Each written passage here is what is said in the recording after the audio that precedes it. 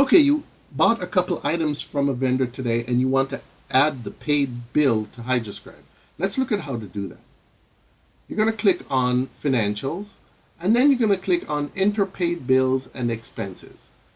Now here, because I have some paid bills in the system already, it's showing me a list of those paid bills. If you don't have any set up, you will automatically be put in the add mode and you'll have a blank screen in which to enter the bill. I'm going to now click the add button so I can get to that screen. And here is that blank screen. Okay, the first thing I'm going to do is to select my vendor from the list by clicking on the list icon. Now, if the vendor that you're adding this paid bill for is not in this list, then you must first add that vendor. We have a video that shows you how to do that. So go ahead and watch the video, add the vendor, and then you can add the paid bill. Okay, I'm going to select my vendor from the list, and you'll notice it automatically populates the fields with the vendor discount information. That's because when I set up the vendor, I added that information. Now, because this is a paid bill, that information is not going to be used. But if this were an unpaid bill, later on I could tell the system to use that discount when I'm paying the bill. Okay, now I'm going to enter the rest of the information necessary to complete this bill. So first thing I'm going to do is type in the vendor invoice number, and then the date, which is today's date, the invoice total, which is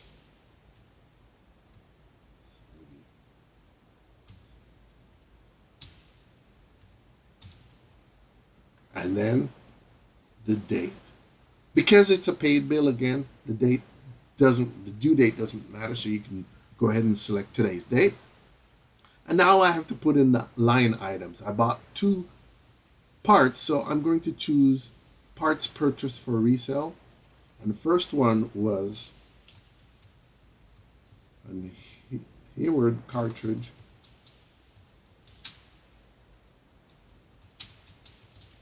filter, and the cost. That was $87.50. And the second one was also a part. So I'm going to choose parts purchased for resale. And that one was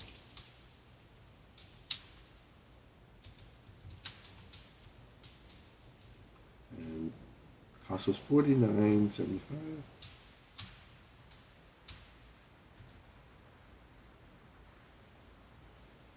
And we're going to scroll down, and then the bottom says what check number that I use. Check 122. Payment date was today.